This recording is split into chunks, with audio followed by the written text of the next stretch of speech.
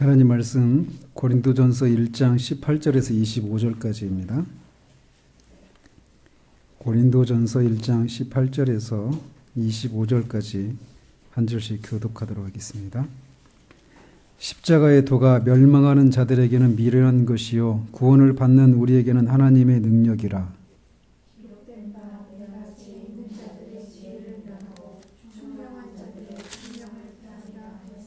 지혜 있는 자가 어디 있느냐, 선비가 어디 있느냐, 이 세대의 변론가가 어디 있느냐. 하나님께서 이 세상의 지혜를 미련하게 하신 것이 아니냐. 하나님의 지혜에 있어서는 이 세상이 자기 지혜로 하나님을 알지 못하므로 하나님께서 정도에 미련한 것으로 믿는 자를 구원하시기를 기뻐하셨도다. 유대인은 표적을 구하고 헬라인은 지혜를 찾으나 우리는 십자가에 못 박힌 그리스도를 전하니 유대인에게는 거룩한 것이요 이방인에게는 미련한 것이시되 오직 부르심을 받은 자들에게는 유대인이나 헬라인이나 그리스도는 하나님의 능력이요 하나님의 지혜니라. 하나님의 어리석음이 사람보다 지혜롭고 하나님의 약하심이 사람보다 강하니라. 오늘은 고린도전서를 보도록 합니다. 우리말 성경에는 하나님의 뜻을 따라 그리스도 예수의 사도로 부르심을 받은 바울과 이렇게 해서 바울의 이름이 그 1절 거의 끝에쯤 나오는데 어느 성경에는 이 파울로스 이렇게 하면서 이 바울이 어떤 사람인지를 설명하면서 이렇게 시작이 됩니다. 즉 이 편지 저자가 바울이라는 것이죠. 그걸 통해서 이제 이 바울이 이 편지를 썼다는 것을 알 수도 있고 또 이 편지에서 다루고 있는 어떤 신학적인 그런 주제들 그리고 편지의 문체나 어휘 그리고 이 편지와 다른 바울의 그 편지들과 이 사도행전과의 그런 역사적인 그런 관련성 등을 이렇게 살펴볼 때 이 편지가 바울의 편지라고 하는 것을 우리가 알 수 있습니다. 근데 우리가 이 고린도 전서, 후서 이렇게 해서 고린도 교회에 보낸 바울의 첫 번째 편지, 두 번째 편지 이렇게 되어 있잖아요. 근데 이 첫 번째 편지, 이 전서라고 하는 이런 말이 이 고린도 사람들한테 바울이 처음으로 보낸 편지라는 그런 의미에서의 전서는 아닙니다. 5장 9절에 보면 이 고린도 교회에 바울이 이 고린도 전서 말고 이전에 어떤 편지를 보낸 것으로 이렇게 생각할 수 있는 그런 구절이 나와요. 그래서 고린도 전서라고 하는 이런 의미는 정경에 수록된 그 바울의 고린도에 보낸 편지들 중에 첫 번째 편지 이런 의미로서 고린도 전서 이렇게 말을 한다는 겁니다. 그러니까 고린도에 편지를 3번 보낸 거예요. 그러니까 아시겠죠? 이 정경에 그 수록되지 않은 첫 번째 편지가 있었어요. 그 편지에 대한 반응이 이제 소문과 이 들려지는 어떤 얘기들을 통해서 또 다른 편지를 요구했기 때문에 고린도전서를 쓰게 된 거죠. 그리고 이 고린도전서가 언제 기록이 됐는가 보면 16장 8절에 보면 내가 오순절까지 에베소에 머물려 함은 이렇게 말하고 있어요. 근데 그러니까 이 에베소에 그 사도 바울이 에베소에 머물러 있을 때 이 고린도전서를 썼다라고 썼다라고 하는 것을 알 수 있다는 것이죠. 그러니까 오순절까지 에베소에 머물러 한다 하니까 오순절이 언제냐면 올해로 치면 그러니까 부활주일 후에 7째 주가 오순절이에요. 부활절을 기준으로 7째 주일이 지난 후가 오순절이거든요. 그러니까 우리가 부활주일이 언제였죠? 4월 첫 주였죠. 그러니까 오순절이 5월 다다음 주거든요. 5월 셋째 주예요. 5월 셋째 주가 성령 강림절이고 오순절이에요. 그러니까 봄에 쓴 거죠. 봄에. 에베소에 있는 봄날에 쓴 거예요. 고린도전서를. 근데 에베소에 사도 바울이 에베소 지역에 머물렀던 기간이 주후 53년에서 55년까지 이 3년 동안 머무르는데 그 3년 중에 어느 봄인지는 모르지만 아무튼 그 무렵에 썼다. 이렇게 볼 수 있다는 겁니다. 이 고린도전서는 영적으로 어려움을 겪고 있는 한 교회에 보내는 목회적인 그런 편지입니다. 즉 고린도 교회에 보낸 목회적인 편지죠. 그래서 다른 신약의 편지들과 마찬가지로 이 고린도전서도 그 목회적인 관점에서 그 편지를 받고 있는 그런 교회의 상황에 대해서 신학적인 그런 답들을 제공해 주기 위해서 썼다라고 이렇게 말할 수 있어요. 그래서 이 편지는 그리스도인들과 그들을 둘러싼 이교적인 문화와의 관계, 또 교회 안에서 일어나고 있는 분열의 문제들, 또 성만찬과 같은 교회 어떤 관습의 순서, 또 영적인 은사의 사용과 같은 문제들을 다루고 있습니다. 그러니까 교회와 관련돼서 교회를 둘러싸고 있는 이교적인 문화들, 또 교회에서 영적인 은사들을 어떻게 사용해야 되는가, 또 성만찬은 어떻게 해야 되는가, 교회 내에서 발생하고 있는 그런 분열들은 어떻게 처리를 해야 되는가, 이런 문제를 다루고 있어요. 교회 안에서 일어날 수 있는 그런 교회 안팎에. 또 그러면서 동시에 성에 관해서, 또 결혼에 대해서, 독신에 대해서, 또 미덕에 대해, 특히 사랑에 대해서 이런 개인적인 도덕과 관련된 그런 것들도, 신학적인 주제들도 다루고 있는 책이 이 고린도전서라고 할 수 있습니다. 이 고린도전서는 이제 뒤에서 살펴볼 것처럼 여러 가지 많은 주제들을 다룹니다. 그런데 그런 여러 가지 주제들 중에서 한 가지 주제가 바울의 주된 관심사로 등장하는데, 그것은 고린도 교회 내의 분열이에요. 나는 바울파다, 나는 게바파다, 나는 그리스도파다, 나는 아볼로파다 라고 하면서 교회 안에서 그런 분열이 생겨났어요. 그런데 그 분열의 원인이 뭐냐? 이 교회 내에 어떤 힘 있는 지체들의 교만 때문에 이런 분열이 생겨났다라는 거예요.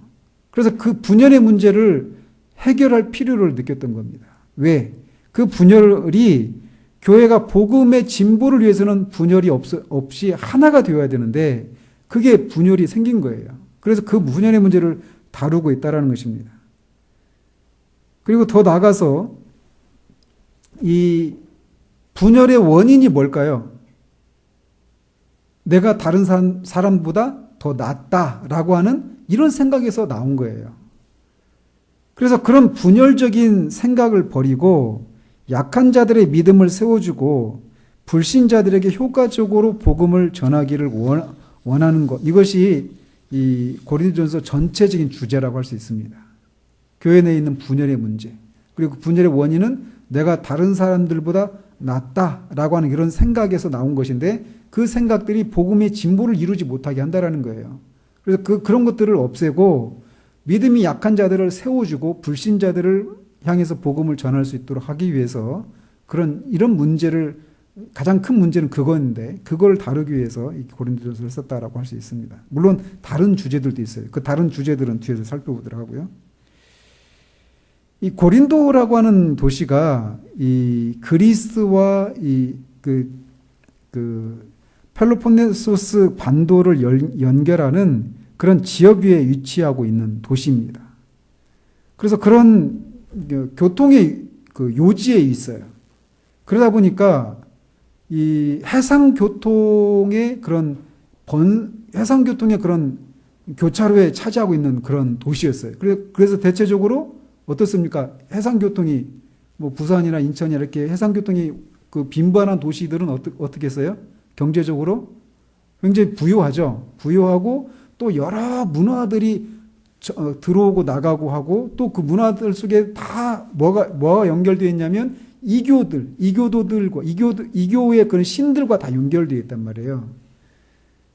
그러다 보니까 이런 지리적인 특징으로 인해서 고린도는 많은 문화와 종교가 뒤섞인 그런 지역이었습니다. 그래서 고린도는 당시 로마의 식민지였기 때문에 로마의 법과 관습이 특히 상류 계층 사이에서는 중요했어요. 그래서 많은 신과 많은 주가 그런 해상 교통의 그런 요지에 있어서 많은 신과 많은 주, 즉 이교도들, 우상들이 자리 잡고 있었던 도시가 고린도였습니다. 그래서 이런 신들, 이교 신들에 대한 예배, 이런 것은 그 고린도시에 있는 여러 가지 그 삶의 뭐 국정이랄지 도시 축제랄지 직장인 어떤 그런 길드 있죠. 조합, 오늘날의 협동조합 같은 그런 길드 또 사교 클럽과 같은 이 전반적인 그런 이 생활 속에 완전히 다 이렇게 연결돼 있어요. 이교를 섬기는 이런 우상을 섬기는 이런 의식들이. 그리고 고린도가 또 그렇게 상업적으로 발전한 그런 도시다 보니까 사람들이 많이 몰려오겠죠. 그러다 보니까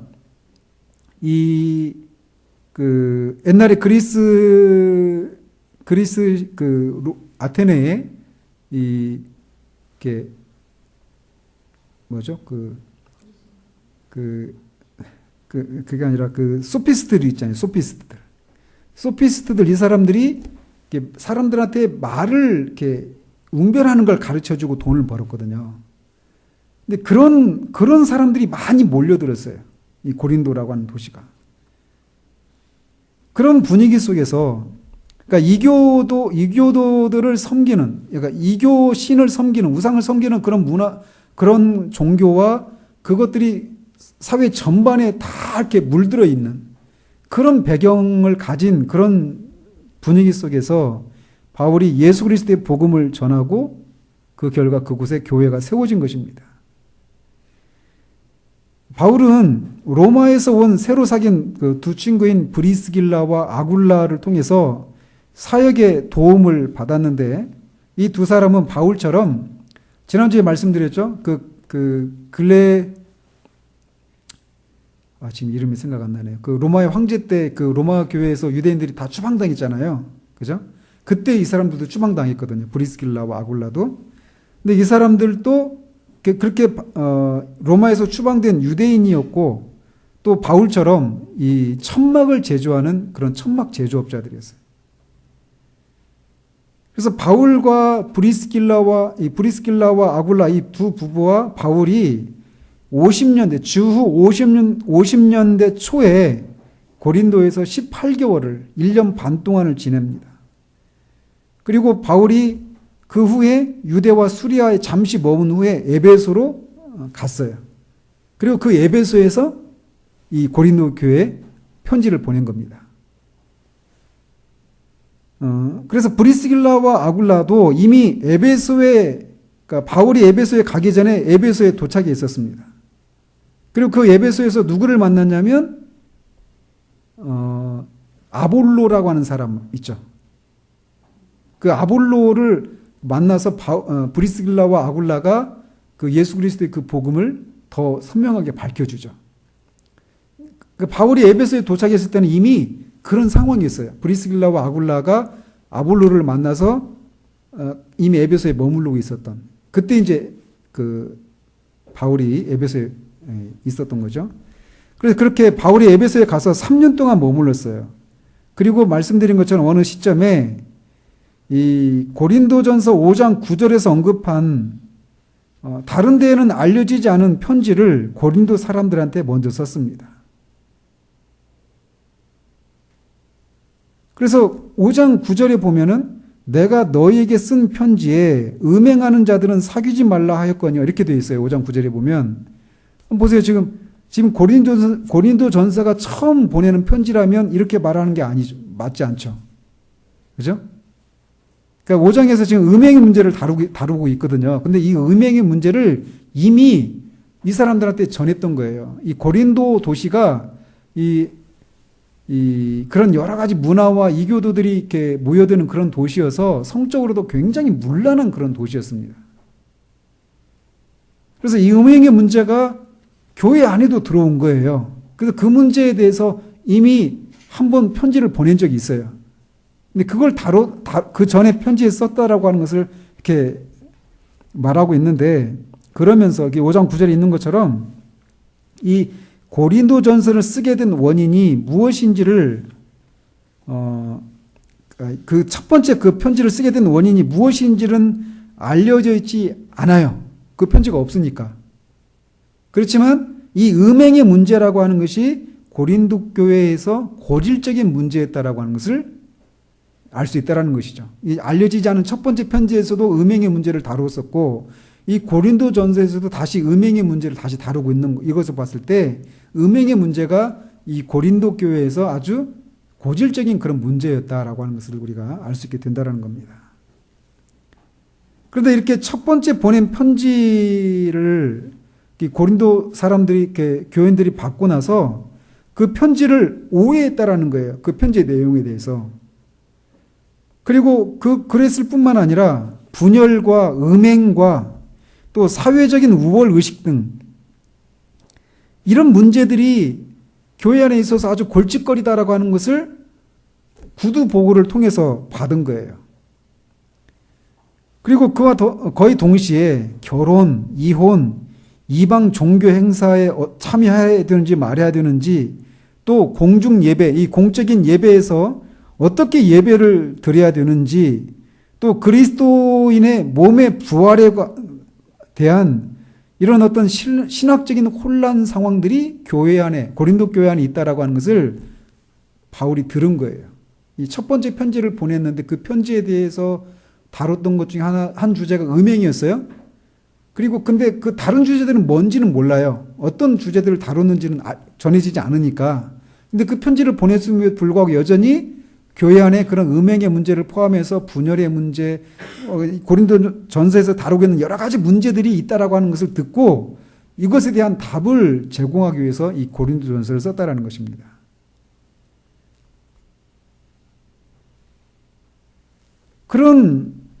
이런 골치 아픈 그런 사태 전개에 대한 반응으로 바울은 고린도에 그들의 행위가 대부분 복음에서 벗어나 있다라고 하는 의견을 진술하고 있는 그런 많은 분량의 그런 편지를 부득불 써여 보내야 되겠다고 느꼈던 것입니다. 그런 고린도 교회 안에 있는 분열의 뿌리에는 지혜와 의와 성화와 구속 등 하나님이 그리스도 안에서 그들에게 값없이 주신 선물과 양립할 수 없는 교만이라고 하는 것이 놓여 있었다고 바울이 진단하는 거예요. 그리스도는 우리에게 지혜와 의와 성화와 구속이 되잖아요. 근데 그거는 하나님이 우리에게 거저 주신 그런 선물이란 말이에요. 그리스도는. 그런데 그것과 양립할 수 없는 교만이 고린도 교회에 있어서 그 교만 때문에 교회 안에 그런 분열이 자리하고 있었다라는 것입니다. 게다가 약하고 소외된 자들을 희생시켜 가면서까지 자신의 권리만 자기 중심적으로 주장하는 그런 태도는 복음의 진보를 이루기는커녕 복음의 진보를 이루는 데 걸림이 되고 있고 이 사람들이 그런 것을 통해서 이 고린도 교회 사람들이 사회적인 출세를 최고 우선순위로 삼고 있다라고 하는 것을 드러내고 있었다라는 겁니다. 그래서 그런 문제들에 대해서 답을 제공해 주고 있는 거예요. 더 나아가서 고린도에서 대부분의 음행과 우상 숭배의 뿌리에는 하나님이 자기 백성에게 이렇게 경계선을 규정해 줄 수 없었지만 하나님의 백성은 구별되어야 한다는 율법의 바탕이 되는 주제는 여전히 남아 있어야 된다라는 거예요. 그러니까 고린도에서 음행, 또 우상숭배 이런 것들은 고린도 교회 안에서 있는 음행과 우상숭배의 문제 이런 것들이 있는 것은 하나님의 백성이 다른 백성들과 구별되어야 한다라고 하는 것, 이게 뭘 통해서 하나님이 그걸 구별시켜 주셨죠? 구약에서는 율법을 통해서 그걸 구별시켰잖아요. 그죠? 율법을 통해서 하나님의 백성과 하나님의 백성이 아닌 그런 사람들의 그런 삶을 경계선을 규정해 놓으셨단 말이에요. 근데 그런 것들이 이 구별된 그런 삶을 살아야 된다라는 그런 의식들이 고린도 교회 안에 없어져 버린 거예요. 더구나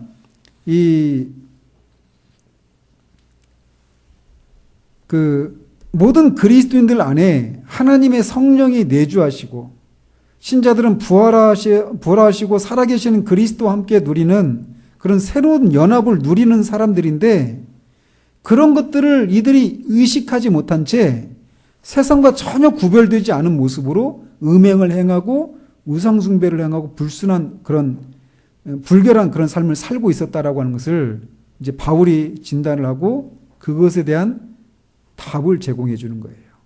고린도전서가.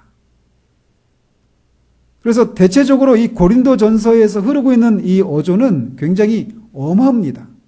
엄하게 꾸짖는 거예요. 저들의 음행과 우상숭배의 죄들, 자기 마음대로 성찬을 막 그냥 자기 배만 채우고 그런 차별이 있는 것들, 예배의 그런 질서가 전혀 없이 내가 더 좋은 은사를 받았으니까 내가 방언할 거야. 내가 난 예언 받았으니까 내가 할 거야 하면서 막 예배가 완전히 그냥 무질서하게 드려지는 이런 것들. 그러니까 그런 것에 대해서 바울이 좋은 그런 부드러운 어조로 그들의 그 잘못을 지적하는 게 아니잖아요. 분열되어 있는 것에 그 뿌리에 교만이 있다라고 하는 것을 지적할 때 부드러운 어조로 지적할 수가 없잖아요. 그래서 대체적으로 고린도전서에 흐르고 있는 그 어조는 굉장히 엄격합니다. 엄합니다. 근데 그럼에도 불구하고 바울은 고린도 교인들로, 그런 교인들로 인해서 하나님께 감사했고 그들에 대해서 깊은 개인적인 애정을 느꼈어요. 이게 양립할 수 없는 이 두 가지가 같이 양립하고 있는 거예요. 그런 그들에 대한 개인적인 사랑 때문에 그리고 하나님의 영광을 목적으로 바울은 고린도 교인들이 하나님의 영에 잘 지어진 그런 거처, 성전이 되고 우리 주 예수 그리스도의 날에 책망할 것이 없는 자들이 되기를 원했습니다.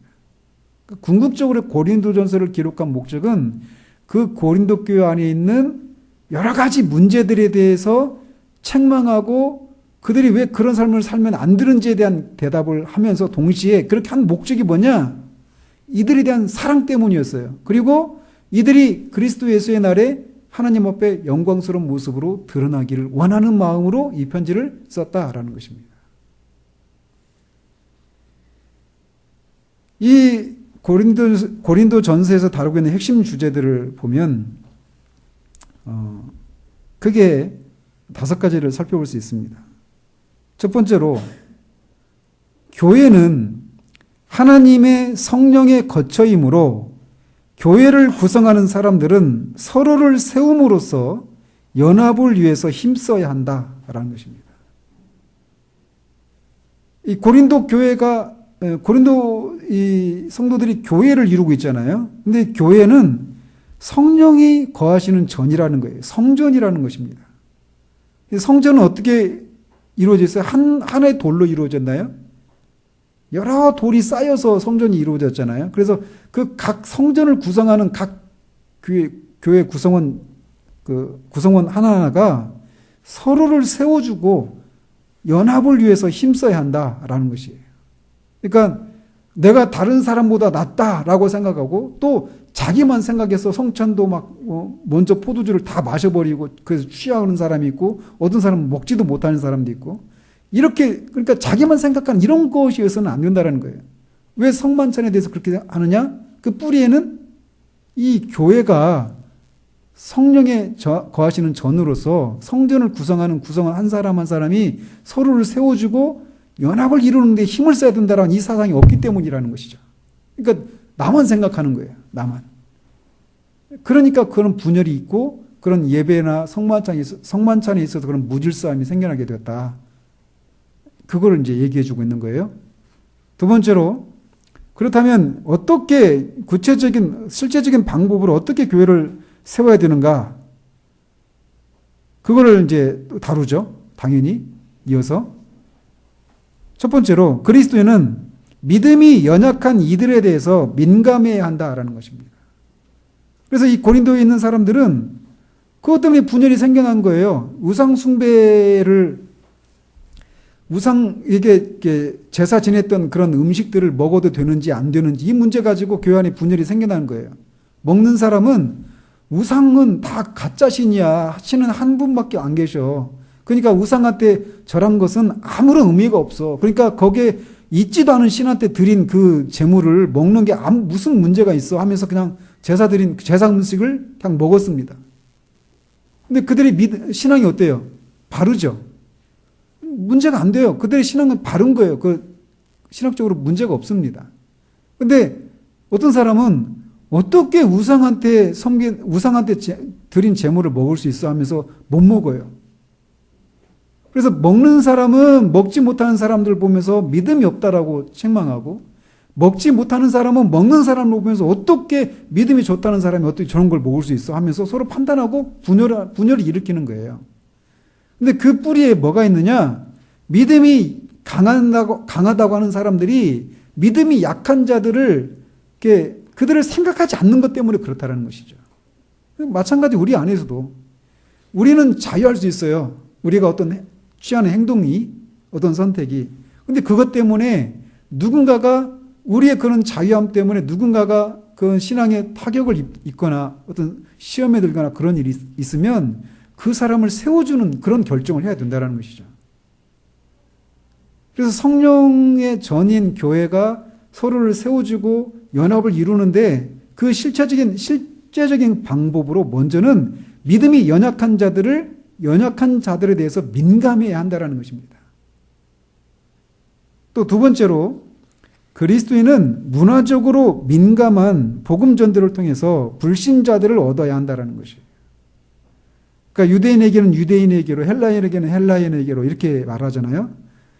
그런 것처럼 불신자들에게도 복음을 전해야 되는데 그 불신자들을 향해서도 그들의 상황에 맞게 그거를 이 상황화라고 하거든요. 복음의 상황화라고 하는데, 그렇게 문화적으로 민감한 복음 전도를 통해서 불신자들을 얻어야 한다는 것입니다.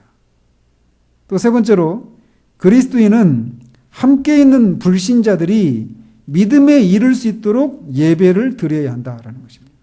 그래서 예배 중에 교회 안에서 방언을 막 하고, 어떤 사람이 방언하고 있으면 또 다른 사람이 방언을 하고, 또 어떤 사람은 예언하고 막 뒤죽박죽인 거예요. 그래서 바울이 뭐라고 합니까?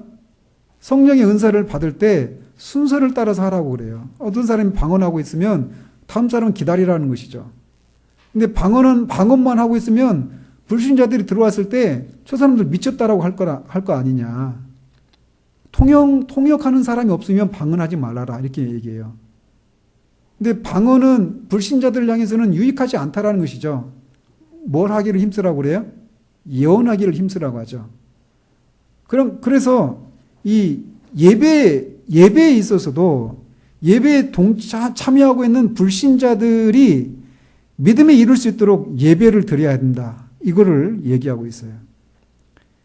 또 그리스도인의 공중 예배에서는 개인적인 과시를 위해서나 누가 더 나은 은사를 가졌는지를 평가하기 위해서가 아니라 교회를 든든히 세우기 위해서 영적인 은사를 사용해야 한다라고 하는 것을 실제적인 그런 방안으로 제시하고 있습니다.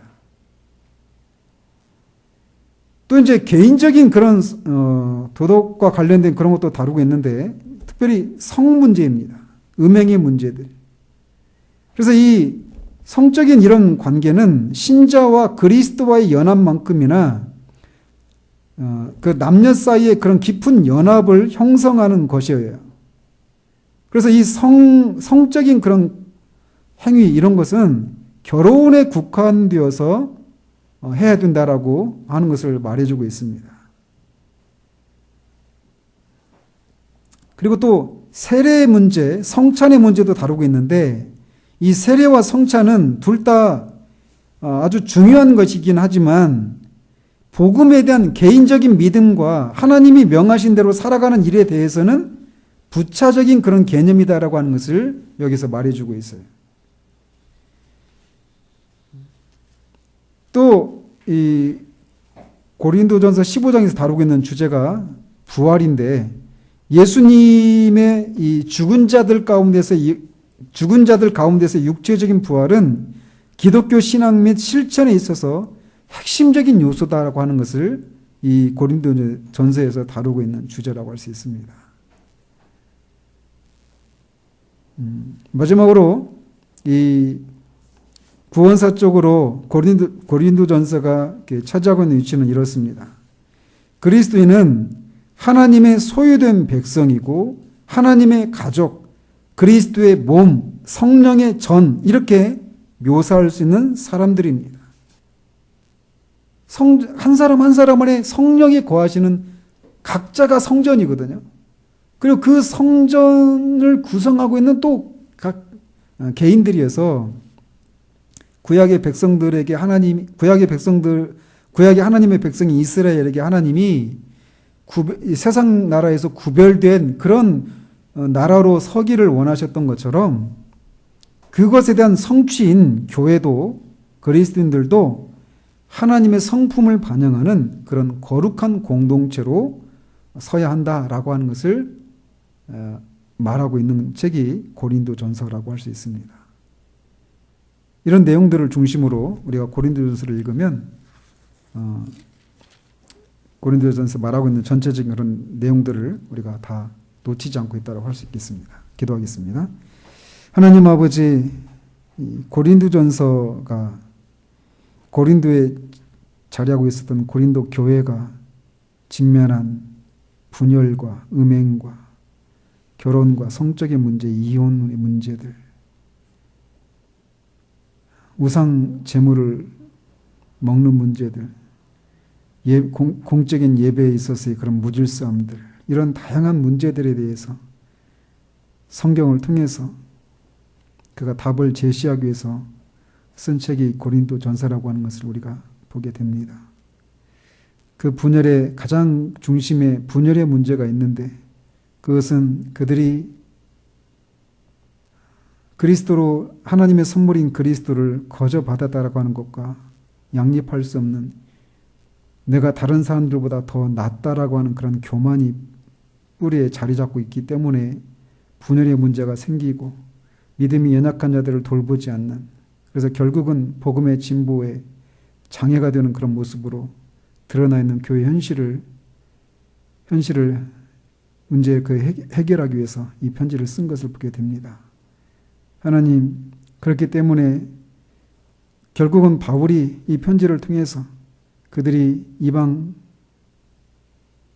가운데서 구별된 하나님의 거룩한 공동체로 서야 된다라고 하는 것을 그가 말했던 것처럼 우리도 이 세상 한복판에서 거룩한 공동체로 우리가 세워지기를 힘쓰고 공동체 구성원인 우리 한 사람 한 사람이 그렇게 성령이 거하시는 전이라는 사실들을 기억하고 믿음이 연약한 자들을 세우고 그들에 대해서 민감하고 또 불신자들에 대해서 민감한 그런 모습으로 복음의 진보가 일어나는데 힘을 쓰는 그런 우리들 될 수 있도록 주님 도우시기를 원합니다.